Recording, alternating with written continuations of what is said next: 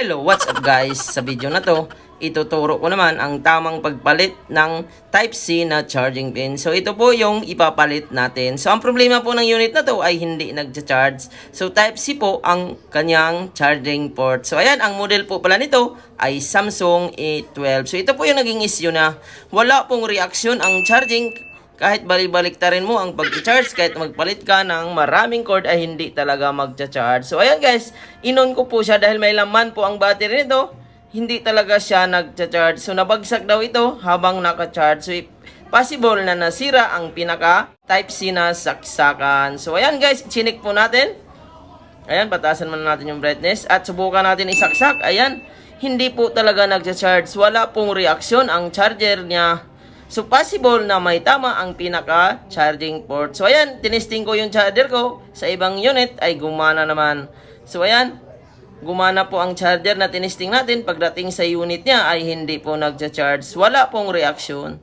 So, ayan, kung napapansin niyo po, inulit natin ay nagcha-charge talaga ang charger. So, ito po ang gagawin natin ngayon. So, paano ba yan palitan? So, ito po yung ipapalit natin. So, sa mga Type-C po na charging pin na hindi po ganun kadali magpalit nito kung hindi mo ito kabisado. Kaya dapat alamin mo ito. Unang-una, buksan muna natin. At bago ang lahat, shoutout muna tayo rito. Ayan. At sa lahat ng ating viewers na nanonood, shoutout po sa inyo. At sa gusto magpa-shoutout, comment lang po kayo sa video. So ayan guys, remove muna natin yan. Ingatan po ang fingerprint, pwedeng maputol. So hindi na po natin alisin yung taas. So sa baba na po tayo para mas mabilis ito maayos. So yan, tanggalin natin lahat ng screw sa baba. Dalawa po ang kabitan ng screw nito. So sa baba lang po ang bubuksan natin dahil doon lang naman ang may problema, ay hindi nagcha-charge. So ayan. So in-off naman natin kanina at wala pong maging ibang epekto yan. So ayan, ito po yung charging board. So madalas nito, pinapalitan po ng buo dahil pag Type-C po talaga ay ang dami pong paan yan. Hindi po ganun kadali magpalit yan at bihira lang po ang may available na charging port ng Type-C. Madalas po talaga, charging board po ang pinapalitan. Sa video na to ay magpapalit tayo ng charging port lang. So ayan, unang-una tanggalin natin yan. At ingatan nyo po yung gilid niyan kasi nandyan po ang pinaka microphone or mouthpiece. So ayan, una, gumamit po tayo ng plugs para mas madali natin maangat ang pinaka charging port. So ang dami pong paa ng Type-C. So ayan, tanggal na po natin. At ayan, meron pong seal dyan. So, tanggalin po natin. So, matigas po yan.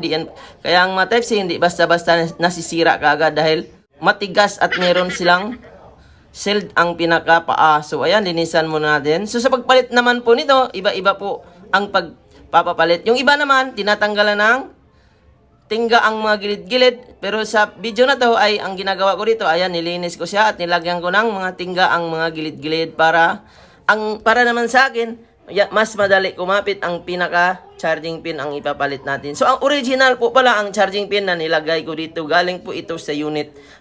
Mas maganda talaga pag galing sa unit, sobrang tested at madali po talaga siya ilagay. Madali po siyang kumapit dahil meron ng tingga. So ayan, nalinis na po natin. Ayan, ito po yung luma niya. So wala na pong gamit yan. So possible yan, nung pagkabagsak, nasira ang mga paa. So ayan, ito po yung original na ipapalit ko. Galing po yan sa unit. So kapag galing sa unit, napakadali po ilagay. Kung meron po kayong mga ibang unit, ang dami pong kaparehas nito. Kahit sa mga Huawei na mga latest ay pare-parehas ang charging pin nito. So ayan guys, lagyan mo lang siya ng plugs at ipatong mo lang siya. Ayan. So ang heat na gagamitin ninyo ay 350 heat at air naman ay mababa lang. Depende po sa hot air na ginagamit. Hindi naman po yan basta-basta masunog kapag meron pong plug. So gumamit po kayo ng plug. So yun po yung pinaka-importante dyan para magawa mo ng normal at hindi masunog ang gitna. So ayan guys, ito po yung mouthpiece. Yan po yung butas niya. Pag nagkamali ka po niyan, kaya marami pong nagtatanong nung pinalitan ng charging pin ay nawala ang microphone. So ayan, hindi na sila marinig. So ayan, sobrang ganda po ng pagkakakabit natin. At makina po ang ginamit natin, yung pinaka-hot air. Hindi na po natin hininang yan at tingnan mo yung mga paa sa gilid-gilid ay talagang swak na swak po siya.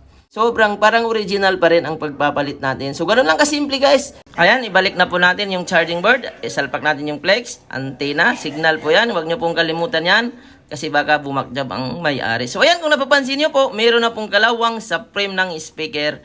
So linisan na rin natin yan para mas maganda naman ang ating paggagawa. So nabasa siguro ito dati. So ayan, linisan muna natin lahat para mas malinis ang ating paggawa. At isalpak natin yung frame ng pinaka speaker. So ayan, ibalik natin yung mga screw lahat at i-test natin mamaya kung gumana ba ang ginawa natin at yung pinaka mouthpiece dahil nainitan. So ayan, linisan muna natin yung pinaka speaker. So yan, dyan po lumalabas ang speaker, yan. So madalas po yan kapag tumatagal ay napapasukan ng dumi dahil magnet po yan. So namamagnet po yan ng speaker kaya madalas nadudumihan at humihina na. So ayan, ibalik natin yung fingerprint at isara natin at wag po kayong kukurap. I-test na po natin sa charging kung lalabas ba ang pinaka charging percentage. Kanina wala pong lumalabas at ngayon ayan 100% na ayos po natin. So ayan, linisan muna natin para mas maganda ang ating pagkakagawa at tingnan natin kung lumabas ang percentage. So ayan guys, kung lumabas na po siya. So tips ko sa mga, lalo na sa mga nagsisimula, pinaka the best na ilagay sa mga Type-C charging pin ay yung original na galing sa unit. Madali po siyang mailagay at sobrang tibay po talaga niya. Kahit magbigay ka po ng 1 taong warranty ay hindi basta-basta masisira. Dahil ang parts na ipinalit mo ay original. So meron naman pong replacement na bibili nito ay hindi ganun kadali, mahinang at possible na madali siyang lumuwag. So di kagaya ng mga original na mga galing sa unit na mga patay ay pwede natin ang pagpipisahan at pwede tayong kumita pa. So ayan guys, nakaon na po siya. Ayan, lumalabas po ang charging, naging 7% na po.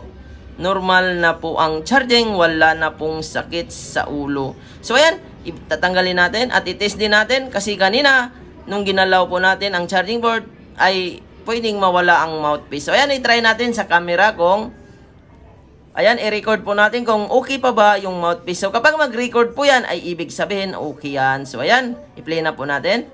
Ayan, volumean muna natin. So medyo nakalow ang volume. At ayan, kung napapansin nyo po, tumutunog po ang record natin. So normal na po siya. Na-solve na po natin ang issue at wala na po itong sakit sa ulo. Sana guys, nakakuha po kayo ng idea sa paggawa ng ganitong problema. At sana suportahan nyo po ang aking channel. Huwag nyo pong kalimutan mag-like, mag-share, at mag-subscribe sa ating video. Maraming salamat po. Hanggang dito lang po tayo. See you on my next video. Maraming salamat.